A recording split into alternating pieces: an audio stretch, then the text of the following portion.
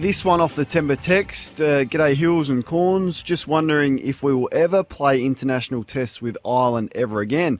Personally, I'm a great fan of the other round ball game. I hope you read this, says Wayne in Queensland. There isn't a stronger advocate than the international game than yourself. Gerard, will we ever get back to playing that? That's a very good question. I suspect we will at some stage, whether it's as regular as it was a decade ago. It got killed, is debatable and doubtful, but it got killed off by COVID.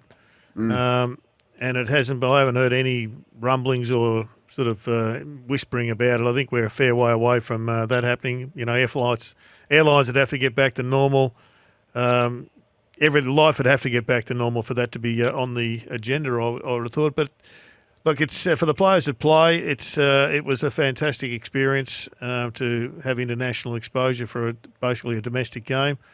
So there's plenty of upside, but there's the more the professional the game gets, it's the more difficult it is to slot these things in. Wouldn't be surprised if Clarko had another crack at it. He rejuvenated it a while ago, so I wouldn't be surprised if 3 or 4 years' time he didn't have another crack. Chris Scott was the last coach, and he was tremendous at it. Yeah, I think there's been some big high-profile coaches have done it, and all have been a resounding success. Really, always really competitive games, and if you get the players involved, you get the star players involved.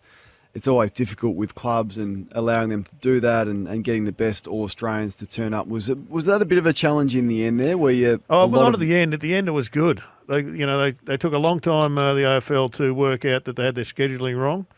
And when it was moved to the first week of November, when training restarted, and everybody was back in football, you weren't competing with guys having their 4 or 5 weeks off annual holidays. We had chock-a-block. We had very few people not play. A few injured players couldn't, but most people that were given the opportunity grabbed it. If you're just joining us tonight, we spoke about our favourite storylines and who the football person was of the year. Gerard was Chris Scott, mine was Joel Sell, but so many nominees coming through off the Timber text as well, 0433 90 at 1116. And if you've got an unanswerable question for us ahead of what will be a pretty exciting season with all the storylines ahead of us, you can send that through as well. We're here for Kia and the 7-seat Kia Sorrento large SUV, and for Macca's, El Maco is Bacco, available now at Macca's. I'll give you a question, Kane. How many goals will Buddy Franklin kick? What did he kick this year? He's 52, I reckon. He was near the 50 mark. Yeah, which is amazing, really. But his last 2 finals, it depends how they use him. They've got a balancing act with Logan McDonald. He plays better when Buddy isn't there, and he's clearly the future. I reckon he plays 15 games and he kicks 32 goals. 32 goals, yep. I'm not sure why they'd limit him. I'd be just playing him, particularly if he plays out of the square. I don't think there's any reason to rest him. Just keep on fronting up if he's available. I mean, if he gets soft tissue injuries, his career may be over, but I just keep on playing him, and I understand the issue with Logan Campbell. He does look as if he is less of a player when Buddy's around, but, I mean, he's still only a young guy, so I wouldn't even be surprised if you threw him down to the back line for just another look at it. Mitch Cleary from Channel 7 is with us. Mitch, good evening to you. How many goals do you think Buddy will kick next year? I reckon he's not going to play upwards of 18, 20 games. So if he plays 15, maybe 30, 35 goals. Yeah, the same as Kane. He reckons limited exposure. Why would you limit him? I don't think you'll limit him, but just given his age and his, the trips to Perth, it's a long season. 23 games are up to now, Gerard, home and away. I can't see him playing every home and away game. I think, you might see Buddy play between 16 to 18 games. Carlton have done a review of their medical situation, Mitch. Worried about the prevalence of their injury toll. What's the latest there? Yeah, it's probably gone a little bit under the radar since the end of the season, but they had a lot of key players miss a lot of key matches this year. Kane, Zach Williams, George Hewitt, Mark Pittonet, Jack Martin, Matt Kennedy to finish the season. They had a lot of guys sidelined for big chunks throughout the year, and their president, Luke Sayers, has conceded that they have had a look at their medical area and they've tinkered a few things. The biggest takeaways that I've been able to ascertain really out of it was that they're trying to tailor more of their pre-season individually. So maybe in the past they've rushed guys back, or maybe not rushed guys back, but had them training as a group too early. So they've put guys on more individualised training programs. and those guys with injury histories are being, I guess, managed more this side of Christmas as opposed to maybe previously. Who runs the high performance? Is Jack Russell running the show, or is there a person above him? No, he's the head of performance and head of fitness at Carlton, Gerard. Andrew Russell, previously known for his premiership success at Hawthorn. Yep. It was lured across at the Blues. I think when Brendan Bolton joined, and as a former assistant at Hawthorn, Bolton obviously had a relationship with Andrew Russell, but he would report to Brad Lloyd, who's the head of football, Yep. who reports to Greg Williams, the football director, and the executive at the board level. So they have, I guess, conceded that they've needed to change a few things.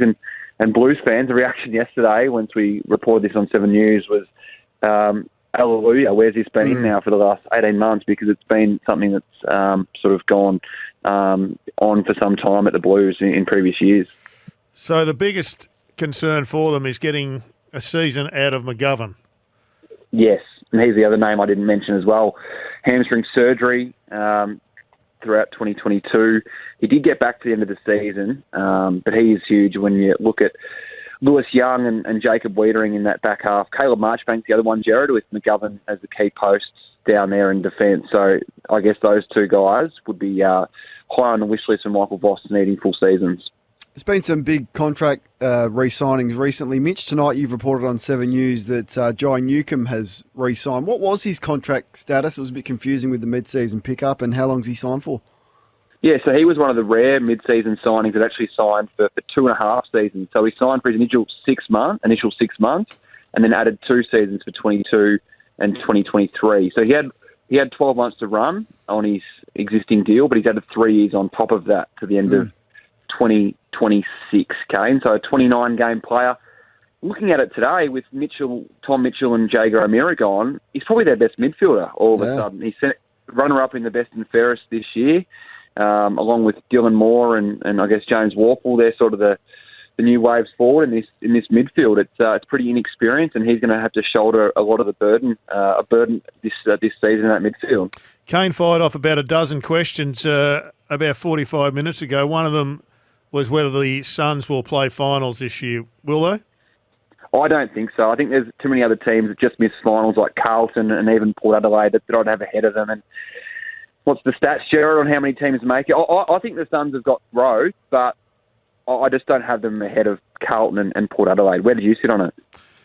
I'm with you. Yeah, and I'm with you too as well. Who's going to captain the Cats, Mitch?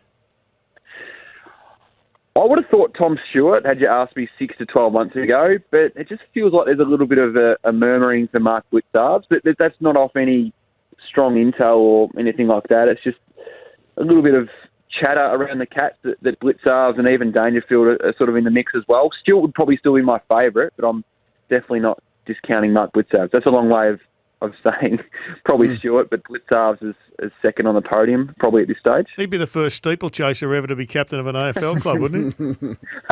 I think so. Might have to roll with that a bit more in commentary. Hey, and also Collingwood, I guess. So the obvious one's Darcy Moore. Do you subscribe to that?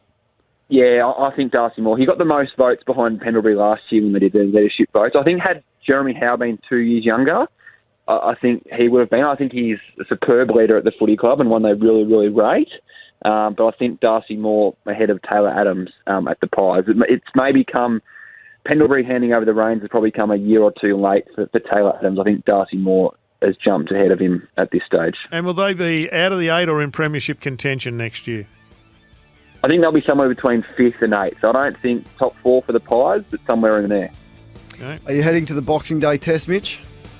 Maybe today's 2 or 3, Kane. Hoping to see what the turnout is for day 1, though, for the Warney Memorial. Should be a fantastic day. What do you think a park crowd is for day 1? Park crowd day 1, 65.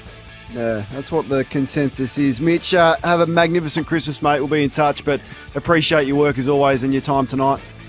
Thanks, guys.